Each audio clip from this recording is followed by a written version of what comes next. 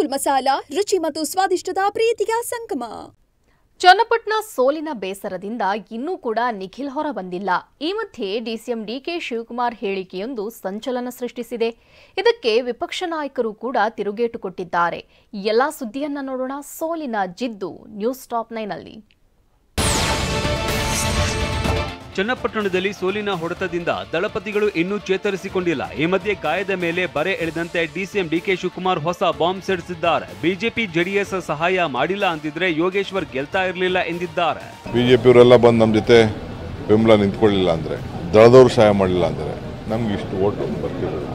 ನೆನ್ನೆ ಅಶ್ವತ್ಥ ಏನು ಹೇಳಿದ್ದಾರೆ, ನನಗೆ ಗೊತ್ತು ಯೋಗೇಶು ಗೆಲ್ತಾರೆ ಅನ್ನೋದು ನನಗೆ ಗೊತ್ತಿತ್ತು ಅಂತ ಅವ್ರು ಹೇಳಿದ್ದಾರೆ. ಅವ್ರಿಗೆ ದಡ್ರ ಜಿಲ್ಲಾ ಮಿನಿಸ್ಟರ್ ಆಗಿದ್ದವರು ಅವರು.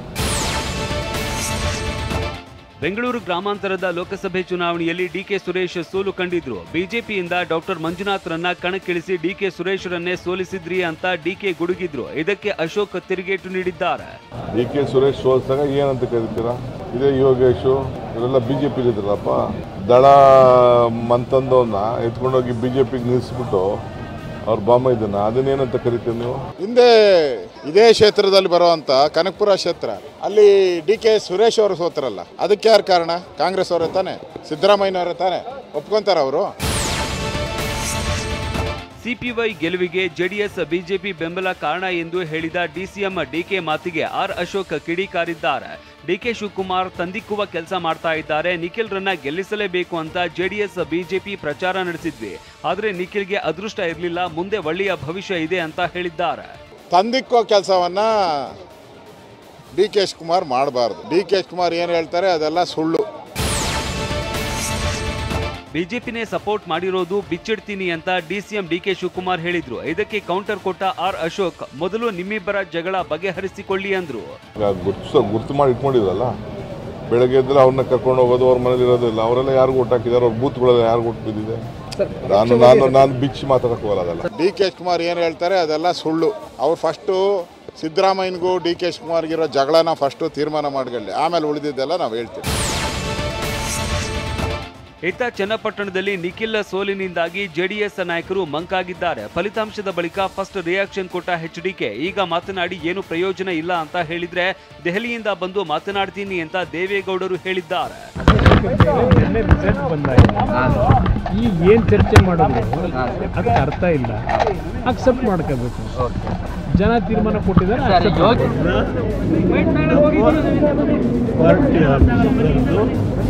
ಭೇಟಿ ಮಾಡ್ತೇನೆ, ಎಲ್ಲ ಪ್ರಶ್ನೆ. ಸತತ 3ನೇ ಸೋಲಿನ ಬಳಿಕ ನಿಖಿಲ್ ಕೂಡ ಬೇಸರಗೊಂಡಿದ್ದಾರೆ. ಆದರೆ ಈ ಬಾರಿ ಚನ್ನಪಟ್ಟಣದಲ್ಲೇ ಮುಂದುವರಿಯೋದಾಗಿ ಹೇಳಿದ್ದಾರೆ. ಅಲ್ಲದೆ ಎಲ್ಲಿ ಕಳೆದುಕೊಂಡಿದ್ದೇವೋ ಅಲ್ಲೇ ಹುಡುಕ್ತೇನೆ ಅಂತ ಶಪಥ ಮಾಡಿದ್ದಾರೆ. ಎಚ್ಡಿಡಿ ರಾಜ್ಯಕ್ಕೆ ನಿವೃತ್ತಿ ಘೋಷಿಸಲಿ ಅಂತ ಹೇಳಿದ್ದ ಸಿಪಿ ಯೋಗೇಶ್ವರ್ ಹೇಳಿಕೆಗೆ ನಿಖಿಲ್ ಕುಮಾರಸ್ವಾಮಿ ತಿರುಗೇಟು ಕೊಟ್ಟಿದ್ದಾರೆ. ಅವರು ನಿವೃತ್ತಿ ಆಗಬೇಕಾ ಮುಂದುವರಿಬೇಕಾ ಜನ ತೀರ್ಮಾನಿಸ್ತಾರೆ ಅಂತ ಹೇಳಿದ್ದಾರೆ. ದೇವೇಗೌಡರನ್ನ ಇವತ್ತು ನಮ್ಮ ಜನ ತಿರಸ್ಕಾರ ಮಾಡಿದ್ದಾರೆ. ಅವರ ಈ ಹೋರಾಟದಲ್ಲಿ ಸಾಮಾಜಿಕ ಕಳಕಳಿ ಇರಲಿಲ್ಲ, ಸ್ವಾರ್ಥ ಇತ್ತು. ಒಂದು ಚುನಾವಣೆಯ ಗೆಲುವು ಸೋಲು ಇಲ್ಲಿಂದ ಖಾಲಿ ಮಾಡಿಸಿದ್ವಿ ಅಥವಾ ವಾಪಸ್ಸು ನಾವಿಲ್ಲಿ ಪ್ರಬಲವಾಗಿ ನಮ್ಮ ರಾಜಕೀಯ ಶಕ್ತಿಯನ್ನು ಮತ್ತೆ ಬೆಳೆಸ್ಕೊಂಡ್ವಿ ಅಂತಕ್ಕಂಥದ್ದನ್ನ ತೀರ್ಮಾನ ಮಾಡಲಿಕ್ಕೆ ಆಗೋದಿಲ್ಲ.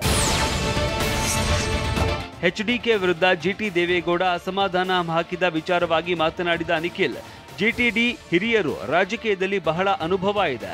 ಜಿಟಿಡಿ ಯಾವ ಅರ್ಥದಲ್ಲಿ ಮಾತನಾಡಿದ್ದಾರೋ ಗೊತ್ತಿಲ್ಲ. ಜಿಟಿಡಿಗೆ ಯಾವ ಗೌರವ ಕೊಡಬೇಕೋ ಅದನ್ನ ನಾವು ಕೊಡ್ತೇವೆ ಅಂತ ಹೇಳಿದ್ದಾರೆ.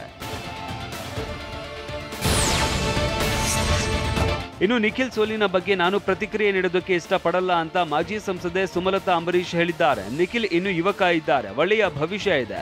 ಉಪಚುನಾವಣೆ ಅಂತ ಬಂದಾಗ ಸಾಮಾನ್ಯವಾಗಿ ಆಡಳಿತ ಪಕ್ಷ ಗೆಲ್ಲುತ್ತೆ ಅಂತ ಹೇಳಿದ್ದಾರೆ.